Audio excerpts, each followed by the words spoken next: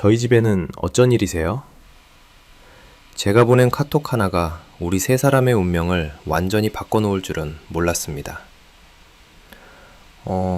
어떻게... 한소미는 손에 든 와인 한 병을 떨어뜨릴 뻔했어요. 도어락 비밀번호를 또박또박 눌러서 우리 집에 들어온 그 순간 제가 거실 소파에 앉아 있을 거라곤 상상도 못했겠죠? 제가 친정이라도 간 줄 아셨나 봐요. 헤어드라이기 소리가 멈추고 남편 우진이가 황급히 나오는 발소리가 들렸어요. 이내 남편 우진의 얼굴이 새하얗게 질렸습니다. 여보, 이게... 아니야, 오해야. 수건을 몸에 두른 채로 우물쭈물하는 모습이 정말 한심했어요. 도어락 비밀번호도 알고 계시네요. 자주 오시나 봐요. 그 순간 한소미가 고개를 푹 숙였어요. 답이 나왔죠. 전 그때 이게 그냥 불륜이라고만 생각했어요. 그 뒤에 계획된 무시무시한 일들은 미처 알지 못했죠. 여러분의 구독, 좋아요는 더 많은 사연을 만드는 힘이 됩니다. 윤지희 씨의 이야기 지금부터 시작하겠습니다. 안녕하세요. 저는 윤지희라고 합니다. 남편 배우진과 결혼한 지 5년, 아무것도 모르고 살았던 시절이던 2024년 12월 어느 날 평범한 저녁이었습니다. 우진이가 병원에서 늦게 들어와서 오늘 하루 정말 힘들었다며 샤워하러 들어갔어요. 대학병원 흉부외과 과장이라는 게 얼마나 바쁜 자리인지 잘 알고 있었거든요. 저도 원래 간호사였으니까요. 거실에서 TV를 보고 있는데 소파 위에 우진이 핸드폰이 울렸습니다. 카카오톡 알림이었어요. 처음엔 그냥 무시하려고 했어요. 남의 핸드폰 보는 거 아니잖아요. 근데 메시지 미리 보기가 자꾸 떠오르더라고요. 오빠, 보고 싶어. 보낸 사람은 한소미였어요. 우진이가 가끔 언급하던 병원 후배였죠. 똑똑하고 열심히 한다고 앞으로 유망한 의사가 될 거라고 말하던 그 후배 말이에요. 가슴이 쿵 떨어졌습니다. 하지만 화를 내지 않았어요. 대신 아주 천천히 우진이 핸드폰을 들어서 잠금을 해제했어요. 다행히 비밀번호는 제 생일이었거든요. 메시지를 다시 읽어봤어요. 오빠, 보고 싶어. 단순하고 직접적이었어요. 이런 메시지를 처음 보내는 게 아니라는 느낌이 들더라고요. 그때 제가 뭘 했는지 아세요? 울지 않았어요. 소리 지르지도 않았고요. 대신 아주 침착하게 우진이인 것처럼 답장을 보냈습니다. 와이프 친정 갔어. 지금 집으로 와. 보내고 나서 핸드폰을 원래 자리에 놓았어요. 그리고 거실 불을 다 끄고 소파에 앉아서 기다렸습니다. 정말 올까? 설마 올까? 30분 정도 지났을까요? 현관에서 삐삐삐 소리가 났어요. 도어락을 누르는 소리였습니다. 우리 집 비밀번호를 아는 사람은 저희 가족분인데 말이죠. 문이 열렸어요. 한소미가 들어오더라고요. 손에는 와인 한 병을 들고 있었어요. 예쁜 원피스를 입고 화장도 진하게 하고요. 데이트 준비를 단단히 해온 모습이었습니다. 불이 왜 꺼져 있지? 한소미가 현관불을 켜면서 중얼거렸어요. 그리고 거실로 들어서는 순간 저와 눈이 마주쳤습니다. 아니, 이게 뭐예요? 제가 먼저 말했어요. 목소리는 떨리지 않았습니다. 오히려 평상시보다 더 차분했어요. 지희 씨, 어떻게... 한소미는 완전히 당황한 표정이었어요. 손에 든 와인을 떨어뜨릴 뻔하더라고요. 보고 싶다고 문자 보내셨죠? 제가 친정 갔다고 생각하셨나 봐요. 그때 샤워실에서 물소리가 멈췄어요. 우진이가 뭔가 이상함을 느꼈나 봅니다. 발소리가 급하게 들렸어요. 여보, 누구 왔어? 목욕 가운을 대충 둘러입고 나온 우진이가 거실을 고자마자 얼굴이 하얗게 질렸습니다. 여보, 이게... 아니야, 오해야. 오해요? 뭘 오해하라는 거죠? 제가 천천히 일어났어요. 한소미는 아직도 현관 쪽에 서서 어쩔 줄 몰라 하고 있었고 우진이는 입을 벌긋거리기만 했어요. 도어락 비밀번호는 누가 알려드렸어요? 우진 씨가요? 아니면 시어머니세요? 한소미가 고개를 푹 숙였어요. 그 반응이 모든 걸 말해주더라고요. 어머니까지 아시는군요. 그 순간 정말 모든 게 명확해졌습니다. 이건 순간적인 실수가 아니었어요. 계획적이고 조직적인 일이었던 거죠. 우진이가 다급하게 말했어요. 지희야, 일단 앉아서 얘기하자. 정말 오해야. 오해라고요? 그럼 한소미 씨한테 물어볼게요. 처음 오신 건가요? 아니면 자주 오셨나요? 한소미가 입술을 깨물더니 대답하지 않았어요. 자주 오셨나 봐요. 그래서 비밀번호도 외우고 계시고. 저는 침착했습니다. 놀랍도록 침착했어요. 5년간 간호사로 일하면서 응급 상황에 대처하는 법을 몸에 익혔거든요. 감정보다는 상황을 파악하고 다음 단계를 생각하는 거죠. 저는 화내지 않을 거예요. 대신 정확히 알고 싶어요. 언제부터였는지, 어떻게 된 건지. 우진이가 황급히 말했어요. 지희야, 정말 아무것도 아니야. 소미는 그냥 후배고, 그냥 후배가 도어락 비밀번호를 알고 있어요? 와인을 들고 남편 집에 찾아와요? 제 목소리가 점점 단단해졌어요. 울음이 나올 것 같았지만 참았습니다. 지금 우는 순간 저는 감정적인 아내가 되고 말 거거든요. 한소미가 조심스럽게 말했어요. 지희 선배님, 정말 죄송해요. 저도 모르게요. 도어락 비밀번호 누가 알려줬는지도 모르게 알게 된 거예요? 그때 한소미의 얼굴에서 뭔가 다른 표정이 스쳐갔어요. 미안함이 아니라 짜증, 아니면 귀찮음? 선배님이 너무 예민하게 받아들이시는 것 같은데요. 요즘 의료진끼리는 다들 이렇게 지내요. 그 말을 듣는 순간 제가 얼마나 순진했는지 깨달았습니다. 이 사람은 미안해하지 않고 있었어요. 오히려 제가 과민 반응한다고 생각하고 있었던 거죠. 그래요. 그럼 이제부터는 의료진답게 지내셔야죠. 제가 있는 집에는 함부로 들어오지 마세요. 한소미가 와인을 테이블에 놓고 나갔어요. 문을 닫을 때까지 사과하는 말은 없었습니다. 우진이와 저는 한동안 침묵했어요. 그리고 저는 그 침묵 속에서 결심했습니다. 이제부터는 감정으로 싸우지 않겠다고, 증거로, 사실로 정확하게 상대하겠다고요. 샤워물이 식어가는 소리가 들렸어요. 하지만 제 마음은 그보다 더 차갑게 식고 있었습니다. 그 다음 날부터 우진이는 완전히 다른 사람이 되었습니다. 아침에 일어나서 제게 말하더라고요. 어제 일은 정말 실수였어.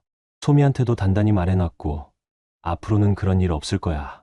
마치 자기가 피해자인 것처럼 말이에요. 소미가 선배인 줄 모르고 너무 가깝게 대했나 봐. 앞으로 조심할게. 실수요? 도어락 비밀번호를 알려주는 게 실수인가요? 와인 들고 찾아오는 게 실수고요. 저는 아무 말 하지 않았어요. 대신 지켜보기로 했습니다. 얼마나 조심할지 정말 끝낼지 말이에요. 첫 번째 신호는 사흘 뒤에 왔어요. 시어머니 설아니 씨한테서 전화가 온 거죠. 지희야, 어머니가 들으니까 내가 요즘 우진이한테 신경질을 많이 낸다며? 남편이 힘들게 일하는데 집에서라도 편하게 해줘야지. 누가 말씀드렸는지 뻔히 보이죠. 우진이가 먼저 손을 쓴 거예요. 저를 예민하고 히스테리 부리는 아내로 만들어 놓은 거죠. 어머니, 저 신경질 낸 적 없는데요. 아이고, 내가 모르게 그럴 수도 있지. 여자들은 원래 감정적이잖아. 특히 일도 안 하고 집에만 있으면 더 예민해지고. 일도 안 한다는 말이 가슴에 박혔어요. 제가 5년 전에 간호사를 그만둔 건 우진이가 내 아내는 집에서 편하게 있으면 되라고 했기 때문이거든요. 그때는 사랑받는다고 생각했었는데 병원 사람들도 다 알게 됐나 봐. 우진이가 집에서 고생한다고. 그 말을 들으니까 무섭더라고요. 벌써 병원에까지 소문이 났다는 거잖아요. 제가 문제가 있는 사람이라고요. 며칠 뒤에는 더 직접적인 일이 일어났어요. 우진이 병원 앞에서 점심 먹고 나오는데 한소미가 다른 의료진들과 함께 있더라고요. 저를 보자마자 인사했어요. 어머, 지희 선배님, 안녕하세요. 목소리가 너무 밝고 자연스러웠어요. 마치 아무 일도 없었던 것처럼요. 옆에 있던 간호사들이 수근거리기 시작했어요.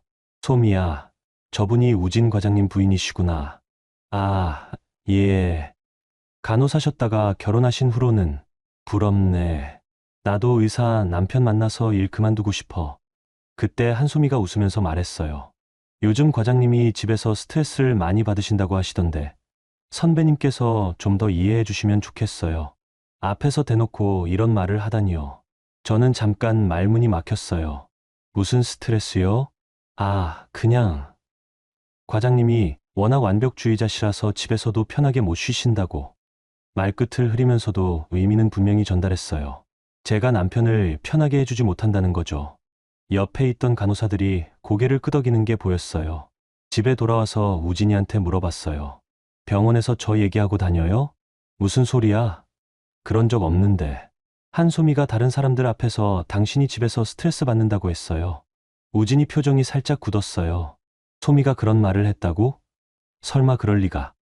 제가 거짓말하는 것 같아요? 아니야, 그게 아니라. 혹시 내가 잘못 들었을 수도 있지 않을까? 결국 제가 잘못 들었다는 거네요. 제가 예민해서 오해했다는 거고요. 그날 밤 우진이가 말했어요. 지희야, 요즘 내가 너무 날카로워진 것 같아. 혹시 스트레스라도 받고 있는 거야? 당연히 받죠. 남편이 다른 여자 집에 불러들이는데 스트레스 안 받을 사람이 어디 있어요?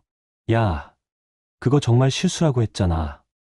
언제까지 그걸 가지고 실수면 다시 안 하겠죠. 근데 한소미는 여전히 병원에서 당신 얘기하고 다니던데요. 우진이가 한숨을 쉬었어요. 지희야, 이상해. 예전 내가 이런 사람 아니었는데. 혹시 정신과 상담이라도 받아봐야 하는 거 아니야? 정신과 상담이요? 남편이 불륜을 저지른 아내한테 정신과 상담을 받으라고 하다니요. 제가 이상한 게 아니라 상황이 이상한 거죠. 상황? 무슨 상황이야? 아무 일도 없었는데. 아무 일도 없었다는 거네요. 도어락 비밀번호 공유하고 와인 들고 집에 찾아온 일이 아무 일도 아니라는 거군요. 다음날 친정오빠 태식이한테 전화했어요. 오빠, 나 상의할 게 있어. 왜? 무슨 일이야? 전체 상황을 다 설명했어요. 카카오톡부터 시어머니 전화까지 병원에서 일어난 일까지요. 태식이 오빠가 한참 듣더니 말했어요. 지희야, 이건 그냥 불륜이 아니야. 계획적으로 내 이미지를 깎아내리고 있어. 먼저 내가 문제가 있는 사람이라는 걸 기정사실화하려는 거야.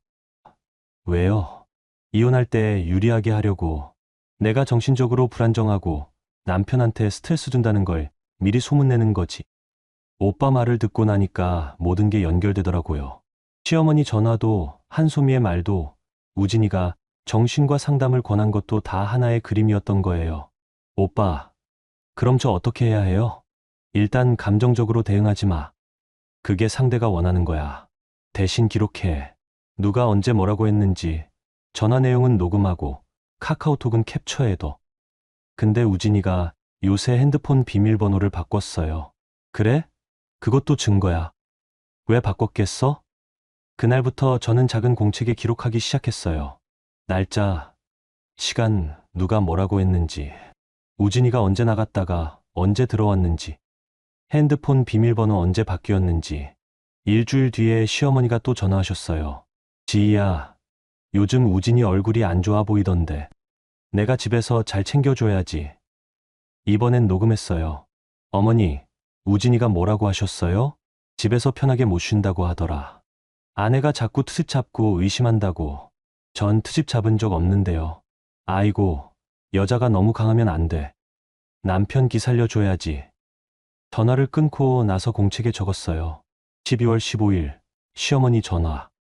남편이 집에서 편하게 못 쉰다고 불편을 토로한 것으로 보임. 내가 의심하고 트집 잡는다는 표현 사용.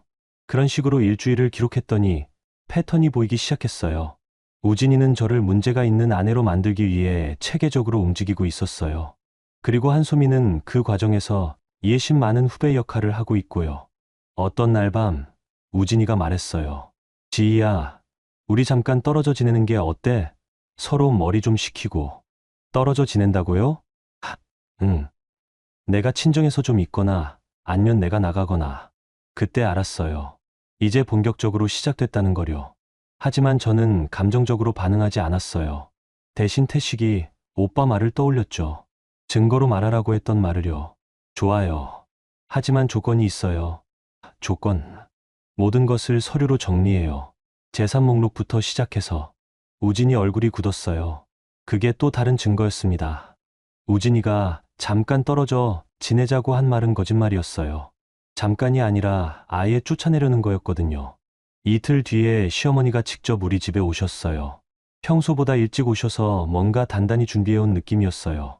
지희야, 어머니가 생각해보니까 너희 둘이 좀 떨어져 있는 게 좋겠더라. 네, 우진이한테 들었어요. 그럼 내가 친정에서 한 달 정도 있다가. 어머니, 여기가 제 집이에요. 시어머니 표정이 확 굳었어요. 무슨 소리야? 이 집은 우진이 명의로 되어 있어. 그때부터 이상해지기 시작했어요. 시어머니가 집 명의 얘기를 꺼내신 거죠. 평소에는 우리 집이라고 하시던 분이 갑자기 우진이 명예라고 하시다니요. 그래도 저희 신혼집인데 제가 왜 나가야 해요? 아이고, 신혼집이 뭐 중요해. 내가 벌어다 준 게 있어. 우진이가 다 벌어서 산 집인데. 그 말을 들으니까 기분이 정말 나빴어요. 5년 전에 제가 간호사 그만둘 때 내 아내는 일할 필요 없어라고 했던 사람이 우진이었는데 이제 와서 내가 번 게 뭐가 있냐고 하다니요. 어머니, 그럼 제가 여기서 5년간 살면서 한 일은 뭐가 돼요? 그야. 집안일이지. 그것도 도우미 시켜서 거의 안 했잖아. 도우미요? 도우미는 일주일에 2번만 오는데 평소 살림은 다 제가 했어요. 우진이 식사 준비하고 빨래하고 집안 정리하는 일 말이에요. 어머니, 전 나가지 않을 거예요. 뭐? 지금 어머니한테 대드는 거야? 대드는 게 아니라 제 권리를 주장하는 거예요. 그날 시어머니가 돌아가신 후에 이상한 일들이 계속 일어나기 시작했어요. 먼저 우진이가 집에 있는 컴퓨터 비밀번호를 바꿨어요. 예전에는 공용으로 쓰던 컴퓨터였는데요. 왜 비밀번호 바꿨어요? 병원 자료들이 있어서 개인정보 보호 때문에 그럴듯한 이유였지만 뭔가 이상했어요. 5년간 한 번도 바꾸지 않던 걸 하필 지금 바꾸다니요. 다음 날에는 더 이상한 일이 일어났어요. 제가 은행에 갔는데 공동명의 통장에서 큰 돈이 빠져나간 거예요. 언제 이렇게 큰 돈이 나갔죠? 은행 직원이 컴퓨터를 확인하더니 말하더라고요. 2분 다 서명하신 거로 나와 있는데요. 어머님이 직접 오셔서 처리하셨어요. 어머님, 제가 언제 은행에 갔죠? 전 그런 적 없는데요. 집에 돌아와서 우진이한테 물어봤어요. 공동통장에서 1,500만 원이 나간 거 알고 있어요? 우진이가 별로 놀라지 않더라고요. 아, 그거? 어머니가 급한 일이 있으셔서. 제 동의 없이요? 어머니 일인데 동의가 무슨. 그리고 어차피 우리 돈 아니야? 우리 돈이라고 하면서 제 동의는 필요 없다는 거네요. 그리고 은행에서는 제가 직접 와서 서명했다고 하는데 전 간 적이 없어요. 태식이 오빠한테 전화해서 상황을 설명했어요. 오빠, 이거 뭔가 이상하지 않아? 제 서명이 어떻게 나올 수 있어요? 지희야, 혹시 내가 모르는 사이에 서명한 적 있을 수도 있어. 아니면 뭐요? 위조일 수도 있고. 위조요? 그런 일이 가능한가요? 일단 은행에 가서 서명 대조해봐. 그리고 집안의 중요한 서류들 다시 한번 확인해봐. 집에 돌아와서 서류를 찾아보니까 더 큰 문제가 발견됐어요. 집 등기부등본을 보는데 제가 모르는 근저당이 설정되어 있는 거예요. 우진이한테 물어봤어요. 집에 근저당 왜 잡혀 있어요? 아, 그거? 투자 때문에 잠깐. 투자요? 제가 동의한 적 없는데요. 내가 서명했잖아. 기억 안 나?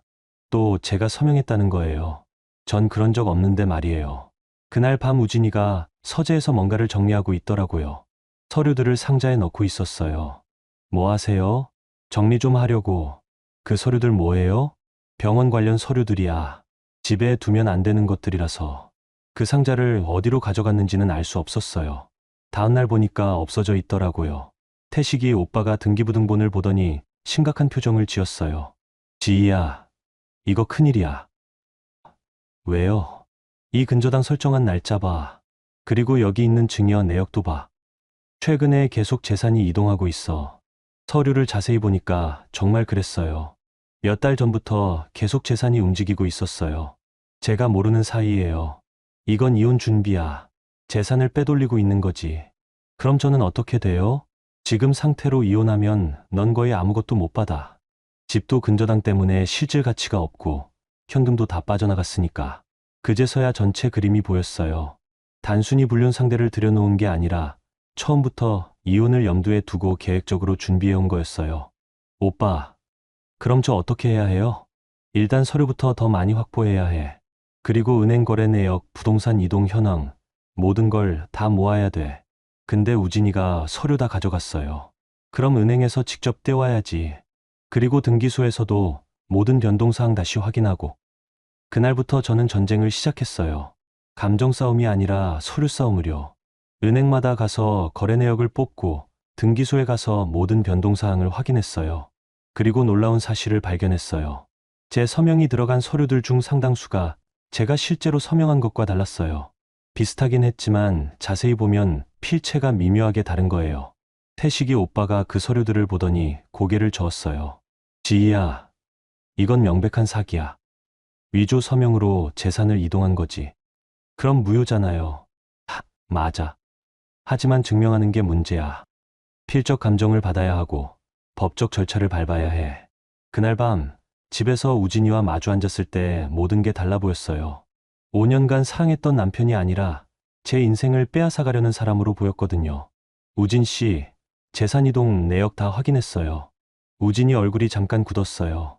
무슨 소리야? 제 서명 위조한 것까지 전부 다요. 그때 우진이가 처음으로 당황한 표정을 보였어요. 하지만 금세 태연해지더라고요. 위조. 내가 뭘 안다고 그런 말을 해? 충분히 알아요. 앞으로는 서류로만 얘기해요. 그날부터 집안 공기가 완전히 바뀌었어요. 이제 서로 적이라는 걸 모두 알고 있었거든요. 며칠 후에 우진이가 폭탄을 터뜨렸어요. 지희야, 이제 정말 헤어지자. 갑자기 왜요? 갑자기가 아니야. 너도 느꼈잖아. 우리 더 이상 안 돼. 거실에서 마주 앉아 있는데 우진이 표정이 차가웠어요. 5년 전 프로포즈 할 때의 그 따뜻한 사람은 어디 갔는지 모르겠더라고요. 그럼 재산 분할은 어떻게 할 거예요? 재산 분할. 무슨 재산 분할을 해? 내가 번 게 뭐가 있어? 이제 대놓고 말하기 시작했어요. 예전에는 내 아내는 일할 필요 없어라고 했으면서 이제는 내가 번 게 뭐냐고 하다니요. 전 5년간 이 집에서 살면서 집세라도 냈어? 생활비라도 벌었어? 우진이 목소리가 점점 높아졌어요. 그럼 전 5년이 뭐가 돼요? 그냥 내가 편하게 산 거지. 편하게 살았다는 거네요.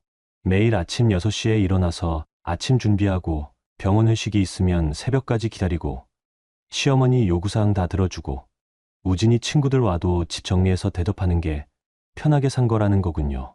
그럼 위자료는요? 위자료? 무슨 위자료? 내가 뭘 잘못했다고? 그때 정말 어이가 없었어요. 다른 여자 집에 불러들인 게 잘못이 아니에요? 그거 실수라고 했잖아. 그리고 아무것도 안 했어. 아무것도 안 했다는 거네요. 도어락 비밀번호 공유하고 와인 들고 와서 데이트하려던 게 아무것도 아니라는 거군요. 그때 시어머니가 들어오셨어요. 마치 타이밍을 맞춘 것처럼요. 얘들아, 얘기 다 됐지? 지희야, 어머니가 봐서 미안하지만 이번 일은 내가 너무 크게 만들었어. 어머니, 전 뭘 크게 만들었어요? 우진이가 회사 후배랑 조금 친하게 지냈다고 이렇게까지 할 일이야? 요즘 젊은 사람들은 다 그렇게 지내는데. 다 그렇게 지낸다는 거네요. 남의 집 도어락 비밀번호 알고 와인 들고 찾아가는 게 요즘 젊은 사람들의 일반적인 규제라는 거군요. 어머니, 그럼 시아버지가 살아계실 때 어머니도 그렇게 하셨어요? 시어머니 얼굴이 확 굳었어요. 지금 뭐라고 했어? 다 그렇게 지낸다고 하시니까 어머니도 그렇게 사셨나 해서요. 이 애가 지금, 우진아, 내 아내의 교육 똑바로 시켜. 그때 우진이가 제게 소리 질렀어요. 야, 어머니한테 왜 그런 식으로 말해? 전 잘못 말한 게 없는데요. 어머니가 다 그렇게 지낸다고 하셔서. 아니야, 내 말투가 문제야. 요즘 너 정말 이상해. 또 제가 이상하다는 거예요. 불륜당한 아내가 화내는 게 이상하다는 거군요. 시어머니가 말씀하셨어요. 지희야, 어머니 솔직히 말할게. 내가 우진이한테 너무 집착하는 것 같아. 남자는 조금 여유 있게 관리해야 하는 건데. 집착이요? 남편이 다른 여자 집에 불러들이는 걸 문제 삼는 게 집착인가요? 그리고 내가 요즘 너무 예민하고 히스테리 부려. 병원 사람들한테까지 소문났어. 소문이요? 누가 소문을 냈는지는 뻔하죠. 지희야, 정신과 상담 한번 받아봐. 요즘 우울증 같은 거 많이 생긴다고 하더라. 우진이가 거들었어요. 맞아. 내가 요즘 정말 예전 같지 않아. 둘이서 저를 정신병자로 만들려고 하는 거였어요. 불륜당한 아내가 화내는 걸 정신적 문제로 몰아가려는 거죠. 전 정신과 상담받지 않을 거예요. 왜? 뭐가 그렇게 무서워? 요즘은 가벼운 마음으로 다들 받아. 그때 깨달았어요. 이 사람들이 원하는 건 제가 정신적으로 문제가 있는 사람이 되는 거라는 거요. 그래야 이혼할 때 모든 책임을 저한테 뒤집어 씌울 수 있으니까요. 좋아요. 그럼 이혼하죠. 우진이와 시어머니가 서로 눈을 마주쳤어요. 드디어 원하는 말이 나왔다는 표정이었어요. 그래, 그게 서로한테 좋을 거야. 단, 정당한 재산 분할은 받을 거예요. 시어머니가 비웃으셨어요. 재산 분할? 뭘 가지고? 이 집은 우진이 혼자 산 거고, 너는 번 게 하나도 없잖아. 전 5년간 여기서 살면서 살았다고 재산이야? 웃기지 마. 그냥 얻어먹고 얻어 산 거지. 얻어먹고 얻어 살았다는 거네요. 5년간의 결혼 생활이 얻어먹고 얻어 산 거지라는 거군요. 그럼 위자료라도. 위자료는 무슨, 우진이가 뭘 잘못했다고? 오히려 내가 잘못한 거 아니야? 남편 기죽이고, 의심하고, 집안 분위기 망치고, 결국 모든 게 제 잘못이라는 거네요. 불륜도 제 탓, 재산 분할도 안 되고, 위자료도 없다는 거고요. 그날 밤 우진이가 말했어요. 지희야, 일주일 안에 나가줘. 여기 제 집이기도 한데요. 등기부상으로는 4명이야. 그리고 대출도 다 내가 갚고 있고. 전 어디로 가요? 친정에 가든지 어디든지. 그건 내 알아서 할 일이야. 친정에 가라는 거네요. 35살이 되어서 친정에 들어가라는 거군요. 다음날 태식이 오빠가 왔어요. 상황을 듣고 완전히 화가 났더라고요. 지희야, 이 사람들이 완전히 내가 만만하다고 생각하는구나. 오빠, 전 정말 어떻게 해야 해요? 집도 쫓겨나고 돈도 없고 일단 나가지 마. 내가 나가는 순간 끝이야. 근데 우진이가 경찰 부른다고 해요. 부르라고 해. 부부간에 집에서 내쫓는 게 폭력이야. 오히려 우진이가 불법이지. 하지만 현실적으로 힘들었어요. 매일 집에서 눈치 싸움을 하고 있으니까요. 일주일 뒤에 결국 일이 터졌어요. 우진이가 정말로 경찰을 불렀어요. 이 사람이 제 허락 없이 집에 들어와서 나가지 않고 있어요. 경찰관이 와서 상황을 들어보더니 말했어요. 아직 이혼이 성립된 게 아니라서 부부 모두 이 집에 살 권리가 있습니다. 우진이가 당황했어요. 그럼 어떻게 해야 해요? 협의해서 해결하시거나 법정에서 정하시거나요. 그날 저녁 시어머니가 친척들을 다 불러 모았어요. 이모, 고모, 할머니까지 와서 저를 둘러쌌어요. 지희야, 어른들이 다 모인 자리에서 말하지만 내가 너무 고집세게 굴고 있어. 고모님, 전 제 권리를 주장하는 거예요. 권리가 뭐야? 우진이가 벌어서 산 집인데 무슨 권리? 이모가 말했어요. 지희야, 우리가 봐서도 내가 요즘 너무 이상해. 예전에는 그런 애가 아니었는데. 할머니까지 나서셨어요. 우진이 같은 좋은 사위 구하기 힘들어. 내가 조금만 참으면 되는데 왜 이렇게까지 해? 모든 어른들이 저를 나쁜 사람으로 몰아갔어요. 제가 고집세고 이상하고 참지 못하는 사람이라고요. 결국 저는 그 자리에서 말했어요. 알겠습니다. 나가겠습니다. 태식이 오빠가 뒤에서 제 팔을 잡았지만 더 이상 견딜 수 없었어요. 그날 밤 큰 가방 하나에 옷까지만 챙겨서 집을 나왔어요. 5년간 살던 집을 제가 정성 들여 꾸민 그 집을 떠나는 거였어요. 마지막에 우진이가 말했어요. 지희야, 미안해. 하지만 이게 서로한테 좋은 일이야. 미안하다면서 왜 이런 일을 벌였을까요? 그날 밤 태식이 오빠 집에서 처음으로 울었어요. 5년이 이렇게 끝나는 건가 싶어서요. 하지만 울면서도 다짐했어요. 이렇게 당하고만 있지 않겠다고. 제가 받아야 할 것은 정확히 받아내겠다고요. 여러분, 여기까지 들으시면서 어떤 생각이 드셨나요? 지희 씨가 겪고 있는 일들이 남일 같지 않으시죠? 결혼해서 5년을 함께 살았는데 하루아침에 모든 걸 잃을 뻔한 상황이에요. 그것도 남편과 시어머니가 계획적으로 준비한 일이었다니 정말 배신감이 클 것 같아요. 하지만 지희 씨는 감정에만 휩쓸리지 않고 차근차근 대응책을 찾아가고 있어요. 과연 어떤 반전이 기다리고 있을까요? 그럼 여러분, 다음 이야기도 계속 들어봐 주세요. 친정 오빠 집에서 지낸 지 일주일째 되던 날, 우진이한테서 문자가 왔어요. 이혼협의서 작성했어. 내일 만나자. 벌써 이혼협의서를 만들었다는 거네요. 얼마나 준비를 단단히 했으면 일주일 만에 서류까지 완성했을까요? 다음날 조용한 카페에서 만났어요. 우진이가 서류를 건네주는데 내용을 보고 기가 막혔어요. 재산 분할 없음, 위자료 없음, 이혼, 사유, 성격 차이. 이게 뭐예요? 우리 사이에 재산 분할할 게 뭐가 있어? 집은 4명이고 내가 대출금 다 갚고 있잖아. 전 5년간 여기서 그건 내가 선택한 거야. 내가 억지로 시킨 적 없어. 억지로 시킨 적 없다는 거네요. 내 아내는 일할 필요 없어 라고 해놓고 이제 와서 내가 선택한 거라고 하다니요. 그럼 위자료는요? 위자료? 내가 뭘 잘못했다고? 이혼 사유도 성격 차이라고 적혀 있잖아. 성격 차이요? 불륜을 성격 차이라고 하다니요. 소미 씨랑 한 일은 성격 차이가 아니잖아요. 그건 아무것도 아니라고 했잖아. 실수였어. 또 아무것도 아니라는 소리예요. 이 협의서에는 사인 안 할 거예요. 우진이 표정이 차가워졌어요. 그럼 법정으로 가자는 거야? 그럴 수도 있죠. 지희야, 내가 이기기 힘들 거야. 변호사비만 해도 엄청나게 나올 텐데. 넌 그런 돈 있어? 없었어요. 5년간 전업주부로 지내면서 제 통장에는 용돈 정도밖에 없었거든요. 그리고 병원 사람들 다 알고 있어. 내가 요즘 얼마나 이상했는지. 또 제가 이상했다는 얘기예요. 잘못 생각하지 마. 나는 의사야. 사람들이 내 말을 더 믿을 거야. 그 말을 들으니까 정말 절망적이었어요.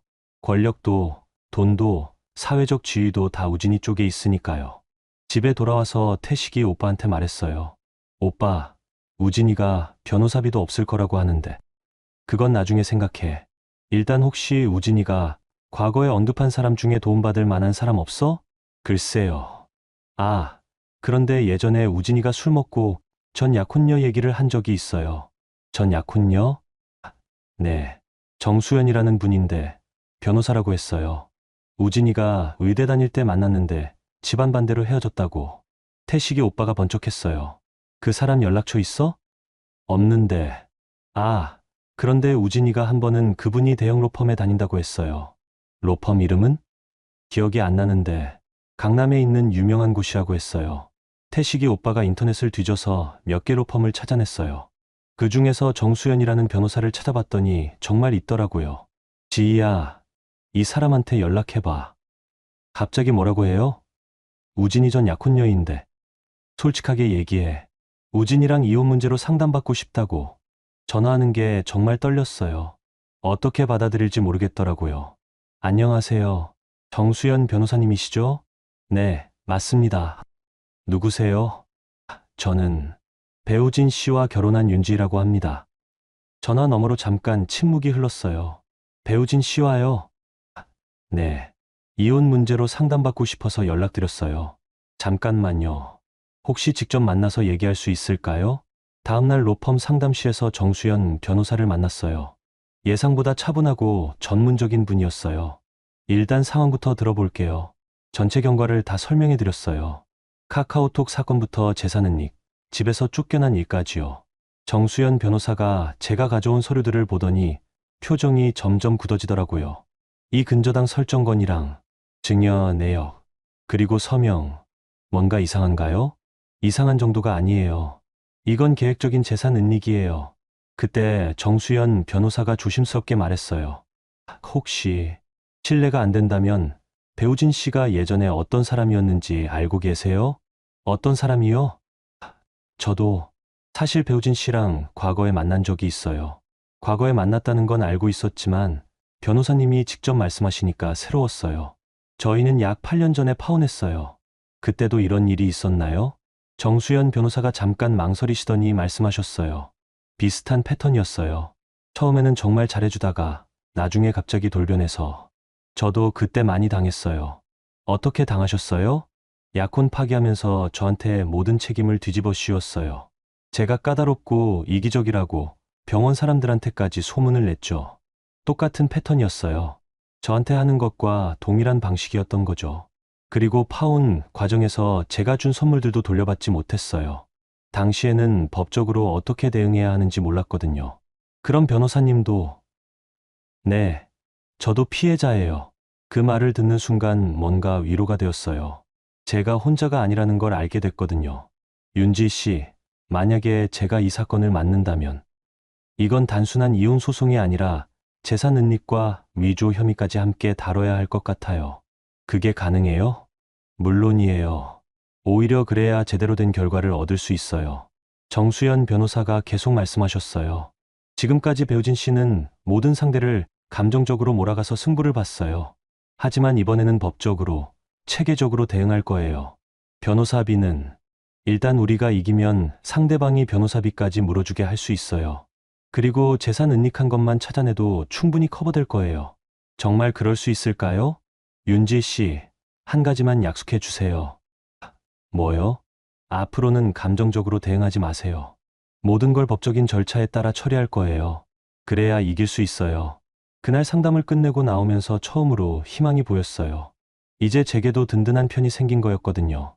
태식이 오빠가 결과를 듣더니 무릎을 쳤어요. 역시 그 인간한테 당한 사람이 또 있었구나. 그런데 오빠, 정말 이길 수 있을까요? 지희야, 이번에는 우리 쪽에 전문가가 있잖아. 그리고 뭔가 이 변호사도 개인적인 감정이 있는 것 같고. 개인적인 감정이요? 8년 전에 당한 걸 이번에 갚으려는 것 같아. 그럼 우리한테는 더 좋은 거지. 그날 밤 정수연 변호사한테서 문자가 왔어요. 내일부터 본격적으로 증거 수집을 시작할게요. 배우진 씨가 지금까지 저지른 일들을 하나하나 파헤쳐 볼 거예요. 드디어 반격이 시작되는 거였어요. 우진이는 아직 모르고 있겠지만 이제 게임의 룰이 완전히 바뀐 거였습니다. 감정 싸움이 아니라 법정 싸움으로요. 저는 그날 밤 처음으로 편안하게 잠들 수 있었어요. 혼자가 아니라는 걸 알았거든요. 정수연 변호사와 태식이 오빠가 팀을 이뤄서 본격적인 조사를 시작했어요.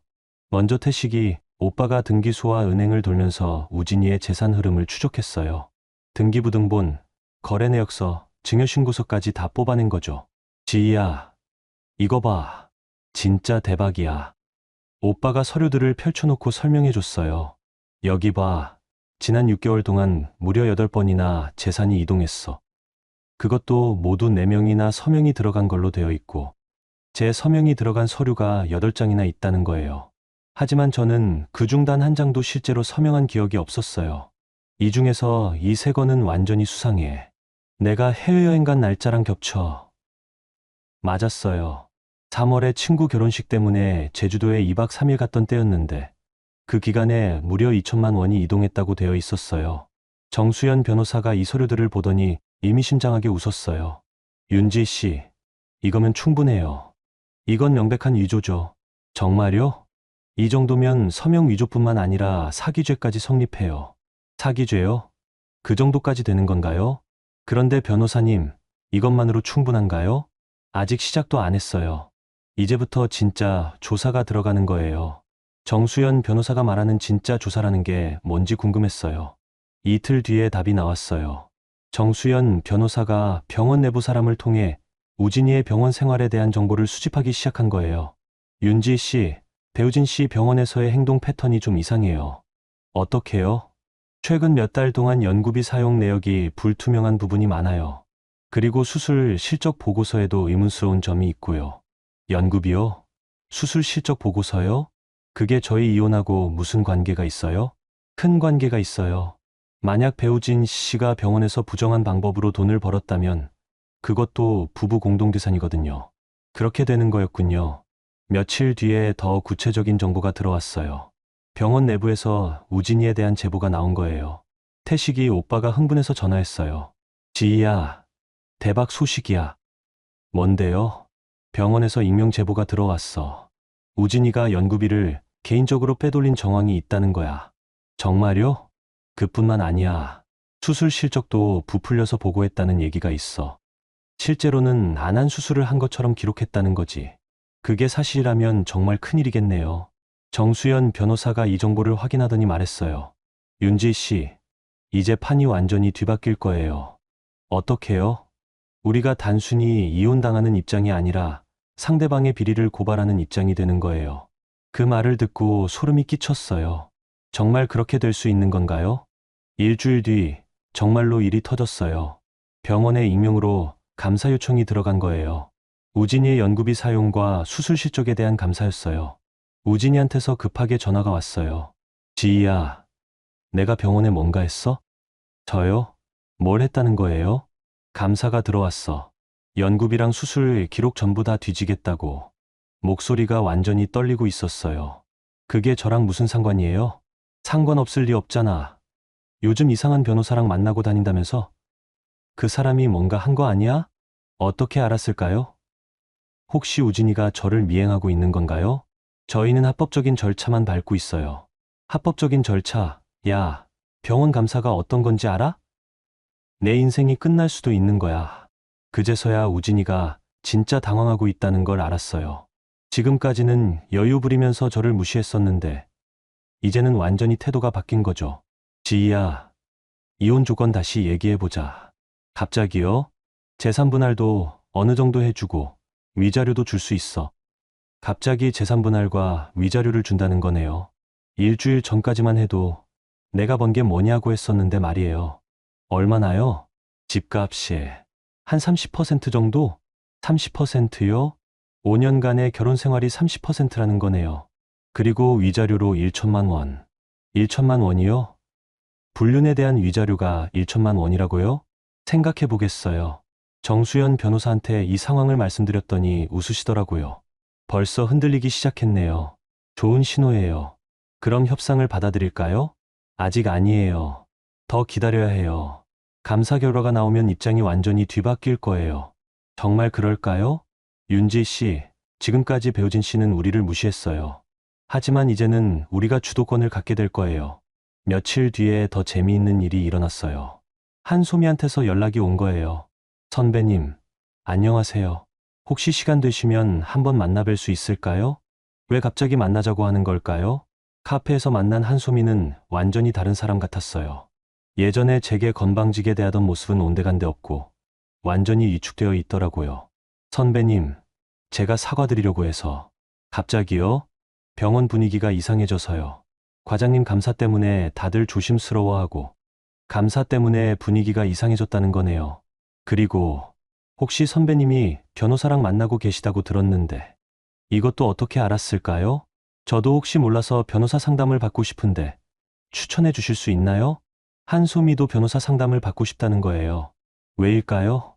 무슨 일로요? 하, 저도 혹시 모르니까요. 과장님 일에 저까지 연루될 수도 있고. 아, 이제 알겠어요. 한소미가 무서워하고 있는 거예요. 우진이의 비리에 자기도 연루될까 봐서요. 소미 씨, 혹시 과장님이 뭔가 부탁한 적 있어요? 서류 관련해서? 한소미가 당황하는 표정을 보였어요.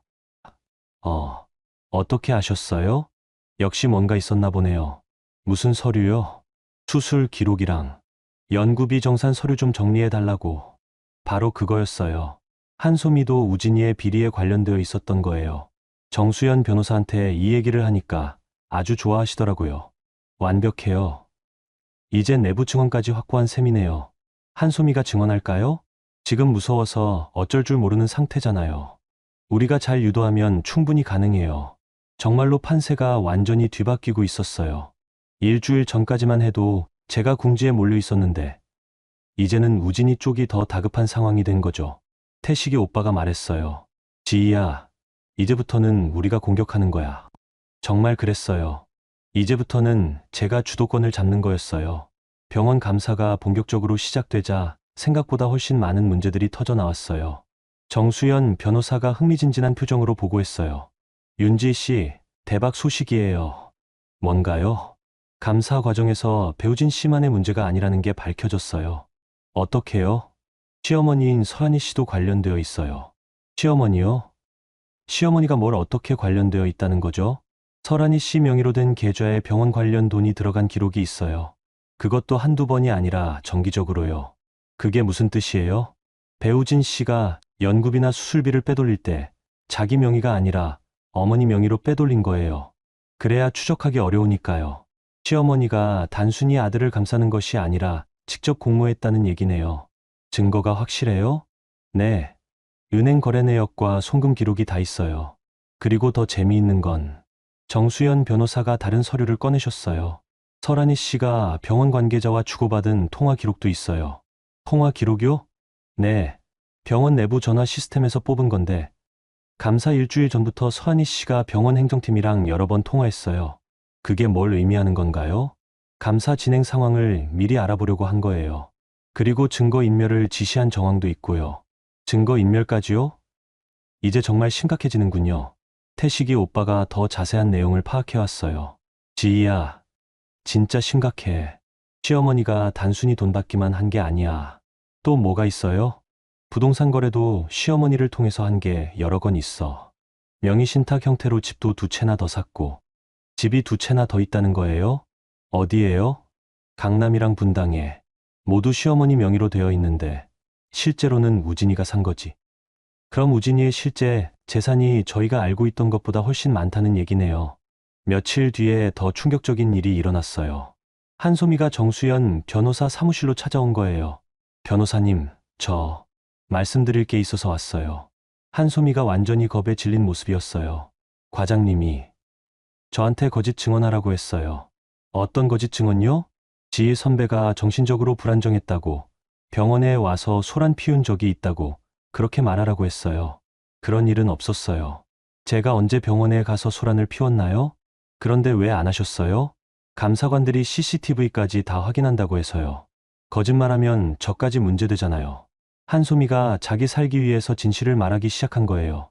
그리고 과장님이 도어락 비밀번호도 어머님한테서 받아서 저한테 준 거예요. 직접 어머님이 알려주셨어요? 네.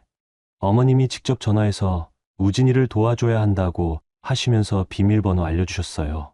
시어머니가 직접 불륜을 도왔다는 얘기네요.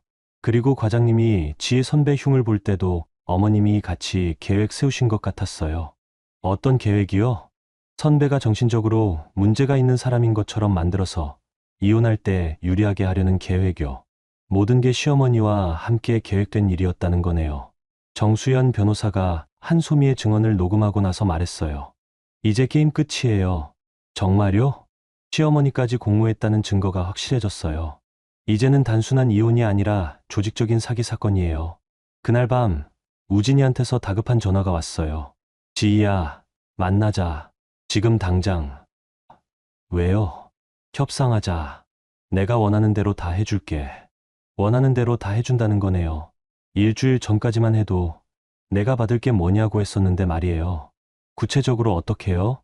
집을 절반으로 나눠줄게. 그리고 위자료도 5천만 원. 집 절반에 위자료 5천만 원이요? 갑자기 조건이 확 좋아졌네요. 그리고 어머니 문제는 우리끼리만 조용히 해결하자. 시어머니 문제를 조용히 덮자는 거네요. 정수연 변호사와 상의했어요. 어떻게 생각하세요? 아직 부족해요. 숨겨진 재산이 더 있을 거예요. 강남이랑 분당집까지 포함하면 조건이 완전히 달라져야죠. 그럼 거절할까요? 일단 더 기다려봐요. 병원 감사 결과가 나오면 상황이 더 심각해질 거예요. 이틀 뒤에 병원에서 공식 발표가 나왔어요. 우진이가 직위 해제되었다는 거였어요. 태식이 오빠가 신문기사를 보여줬어요. 지희야, 뉴스에도 났어. 대학병원 의사 연구비 부정사용 적발이라는 제목의 기사였어요. 비록 실명은 나오지 않았지만 우진이 얘기인 게 분명했어요. 그리고 기사 마지막 부분에 이런 문장이 있었어요. 해당 의사가 가족 명의를 이용해 재산을 은닉한 정황도 발견되어 추가 조사가 진행될 예정이다. 가족 명의라는 건 시어머니 얘기겠죠. 그날 오후 시어머니한테서 직접 전화가 왔어요. 지희야, 우리 만나서 얘기 좀 하자. 네, 어머니. 이 모든 게 다 오해야. 어머니가 설명해 줄게. 오해라는 거네요. 은행 거래 내역이랑 통화 기록이 모두 오해라는 거군요. 카페에서 만난 시어머니는 완전히 다른 사람 같았어요. 평소에 당당한 모습은 온데간데 없고 완전히 위축되어 있더라고요. 지희야, 어머니가 잘못했어. 우진이한테 너무 편들어줬나 봐. 어머니, 은행 거래는 어떻게 설명하실 거예요? 그건 그냥 우진이가 세금 문제 때문에 잠깐 맡아달라고 해서 세금 문제라는 거네요. 그리고 도어락 비밀번호도 어머니가 알려줬다면서요? 시어머니 얼굴이 하얗게 질렸어요. 그건 어머니도 몰랐어. 그 애가 우진이랑 그런 사이인 줄 몰랐다는 거네요. 하지만 한소미의 증언에 따르면 시어머니가 직접 우진이를 도와야 한다고 했다고 하는데요. 지희야, 제발 어머니 살려줘. 어머니가 감옥 가면 어떡해 해? 감옥까지 갈 수도 있다는 걸 알고 계시는군요. 어머니, 지금까지 저한테 어떻게 하셨는지 기억하세요? 어머니가 정말 잘못했어. 이제부터는 지희가 우리 큰며느리로 모실게. 큰며느리라는 거네요. 일주일 전까지만 해도 얻어먹고 얻어살았다고 하시던 분이요. 그날 집에 돌아와서 정수연 변호사한테 보고했어요. 완전히 항복 모드네요. 그럼 이제 어떻게 해요? 마지막 협상을 해봐야죠. 이번엔 우리 조건으로요. 드디어 주도권이 완전히 넘어왔어요. 이제 제가 조건을 제시하는 입장이 된 거죠.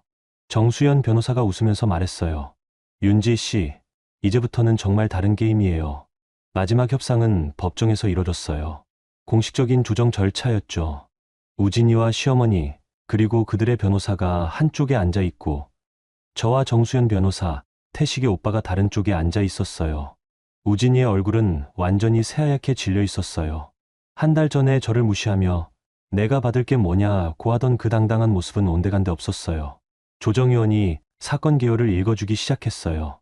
피신청인 배우진 씨의 불륜, 재산 은닉, 서명 위조, 그리고 공모자인 설한희 씨의 연구비 부정 수수 등 하나하나 읽힐 때마다 우진이와 시어머니의 얼굴이 더 굳어졌어요. 정수연 변호사가 차근차근 증거를 제시하기 시작했어요. 첫 번째, 불륜의 증거입니다. 카카오톡 캡처, 도어락 출입 기록, 한소미의 증언서가 차례로 제시됐어요. 두 번째, 재산 은닉의 증거입니다. 위조된 서명, 명의신탁 계약서, 은행 거래 내역이 나왔어요. 시어머니 명의로 된 강남과 분당 부동산까지 모두 드러났어요. 세 번째, 병원 내 부정행위 증거입니다. 연구비 부정 사용, 수술 실적 조작, 그리고 시어머니와의 공모 정황까지 모든 게 공개됐어요. 우진이의 변호사가 반박하려고 했지만 너무 확실한 증거들 앞에서는 할 말이 없었어요. 조정의원이 물어봤어요. 피신청인 측에서 제시할 반박 증거나 주장이 있습니까? 우진이의 변호사가 잠깐 망설이더니 말했어요. 합의를 원합니다. 드디어 항복 선언이었어요. 정수연 변호사가 우리 조건을 제시했어요. 첫째, 혼인 기간 중 형성된 모든 재산의 60%를 신청인에게 지급하라. 여기에는 은닉재산인 강남과 분당 부동산의 실거래가도 포함한다. 60%요? 원래 법정 기준은 50%인데 상대방의 잘못이 크니까 더 많이 받는 거예요. 둘째, 위자료 1억 원을 지급하라. 1억 원이요? 우진이가 처음에 제시했던 1천만 원의 10배예요. 셋째, 배우진과 설한이의 부정행위에 대해서는 별도의 형사고발을 보류하되 합의 조건을 위반할 경우 즉시 고발한다. 형사고발 보류라는 건 감옥에 가지 않게 해준다는 얘기예요. 대신 약속을 어기면 바로 고발한다는 거죠. 우진이가 변호사와 한참 속삭이더니 말했어요. 조건이 너무 과한 것 같습니다. 과하다는 거네요. 그럼 형사고발로 가자는 얘기인가요? 정수연 변호사가 차갑게 대답했어요. 그럼 형사재판으로 가시죠. 연구비 부정, 서명위조, 사기죄로 기소되면 최소 3년은 실형이에요. 실형 3년이라는 말에 우진이 얼굴이 더 하얗게 질렸어요. 시어머니가 급하게 말했어요. 아니야, 우진아. 그냥 합의하자. 어머니, 하지만 어머니도 감옥 갈 수도 있다고 했잖아. 돈으로 해결할 수 있으면 그게 낫지. 결국 우진이가 고개를 끄덕였어요. 합의하겠습니다. 조정이 성립되는 순간이었어요. 조정조서에 서명할 때 우진이가 마지막으로 말했어요. 지희야, 미안해. 미안하다는 거네요. 이제 와서요. 진짜 사랑했었는데 어떻게 이렇게 됐는지. 사랑했다는 거요? 사랑하는 사람한테 이런 일을 할 수 있나요? 저는 아무 대답하지 않았어요. 할 말도 없었고 할 필요도 없었거든요. 법원을 나서면서 태식이 오빠가 말했어요. 지희야, 끝났다. 정말 끝났어요. 6개월간의 긴 싸움이 드디어 끝난 거였어요. 정수연 변호사가 웃으며 말했어요. 윤지 씨, 수고하셨어요. 정말 잘 싸우셨어요. 변호사님 덕분이에요. 아니에요. 윤지 씨가 감정에 휘둘리지 않고 끝까지 버텨줘서 가능한 일이었어요. 그날 오후, 은행에서 첫 번째 송금이 들어왔어요. 재산분할금 일부였어요. 5년 만에 다시 제 통장에 큰돈이 들어온 거였어요. 며칠 뒤에는 더 반가운 소식이 있었어요. 예전 병원에서 연락이 온 거예요. 지혜 선생님, 혹시 복직 의향이 있으시나요? 복직이요? 요즘 간호사 구하기가 어려워서요. 그리고 선생님 경력이면 바로 수간호사로 가능합니다. 수간호사요? 5년 전에 그만둘 때는 일반 간호사였는데 이제는 수간호사로 복직할 수 있다는 거네요. 급여 조건도 예전보다 훨씬 좋아졌어요. 정말 모든 게 새로워지는 느낌이었어요. 복직 첫날 새 유니폼을 입고 병원에 갔어요. 5년 만에 다시 입어보는 간호사복이 새삼스러웠어요. 동료들이 반겨줬어요. 지희야, 정말 오랜만이다. 어떻게 지냈어? 그냥 잘 지냈어요. 자세한 얘기는 하지 않았어요. 모든 게 정리됐으니까 굳이 과거 얘기를 꺼낼 필요는 없었거든요. 점심시간에 태식이 오빠한테서 문자가 왔어요. 지희야, 신문 봤어. 우진이 병원에서 완전히 퇴출됐다더라. 정말요? 복직도 못하게 된 건가요? 그리고 한소미도 계약 해지됐어. 완전히 망한 거지. 한소미까지요? 결국 우진이 편을 들었다가 다 같이 망한 거네요. 저녁에 집에 돌아가면서 예전 우리 아파트 앞을 지나쳐 갔어요. 5년간 살던 그 집을요. 지금은 태식이 오빠가 알아봐준 새 아파트에서 혼자 살고 있어요. 작지만 깨끗하고 무엇보다 제 이름으로 된 집이에요. 창밖을 보면서 생각했어요. 6개월 전만 해도 절망적이었던 상황이 이렇게 완전히 달라질 줄 몰랐어요. 그때는 모든 걸 잃은 것 같았는데 지금 돌이켜보니 진짜로 중요한 건 잃지 않았더라고요. 제 자존심이랑 제 능력을요. 핸드폰을 보니까 정수연 변호사한테서 문자가 와 있었어요. 지희 씨, 새로운 시작 응원해요. 혹시 또 도움 필요하면 언제든 연락하세요. 고마운 분이에요. 정수연 변호사가 아니었다면 저는 아마 모든 걸 빼앗기고 끝났을 거예요. 그날 밤 간호사복을 정리하면서 거울을 봤어요. 5년 전보다 더 단단해진 제 모습이 보였어요. 우진이가 저를 무너뜨리려고 했지만 결국 더 강하게 만들어준 셈이에요. 내일 아침에도 일찍 일어나서 병원에 가야 해요. 환자들을 돌보고 제 일을 하러요. 이제는 누구에게도 기대지 않고 제 힘으로 살아갈 거예요. 그게 진짜 자유라는 걸 깨달았거든요. 여러분, 오늘 이야기 어떠셨어요? 지희 씨가 겪었던 6개월을 다시 생각해보면 정말 파란만장했죠. 처음에는 그냥 남편의 바람기 정도로 생각했던 일이 이렇게 큰 사건으로 번질 줄 누가 알았겠어요? 가장 인상 깊었던 건 지희 씨가 감정에 휩쓸리지 않고 차근차근 대응했다는 점이에요. 처음 도어락 비밀번호 사건이 일어났을 때 울거나 소리 지르지 않고 침착하게 상황을 파악한 것부터 마지막에 법정에서 당당하게 자신의 권리를 찾아낸 것까지 정말 대단한 정신력이었어요. 특히 혼자가 아니라는 걸 깨달았을 때가 터닝 포인트였던 것 같아요.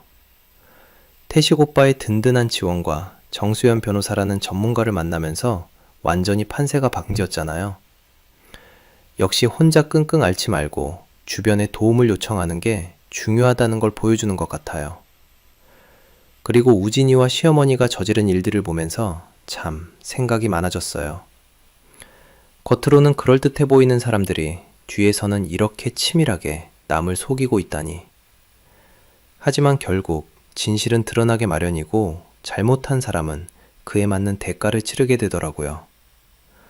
무엇보다 지희 씨가 마지막에 다시 간호사로 돌아간 게 가장 의미 있는 것 같아요.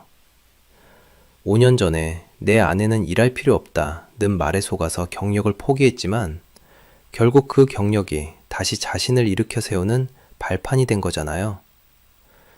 우리 모두 살아가면서 예상치 못한 배신이나 어려움을 겪을 때가 있어요. 그럴 때 감정에만 휩쓸리지 말고 차근차근 해결 방법을 찾아보는 지혜가 필요한 것 같아요. 그리고 혼자 끙끙 앓지 말고 믿을 만한 사람들에게 도움을 요청하는 용기도 중요하고요. 오늘 지희 씨의 이야기가 여러분께도 작은 위로와 지혜가 되었으면 좋겠습니다. 어떤 어려움이 와도 포기하지 않고 끝까지 버텨내면 반드시 새로운 길이 열린다는 걸 보여준 이야기였다고 생각해요. 구독과 좋아요 부탁드립니다.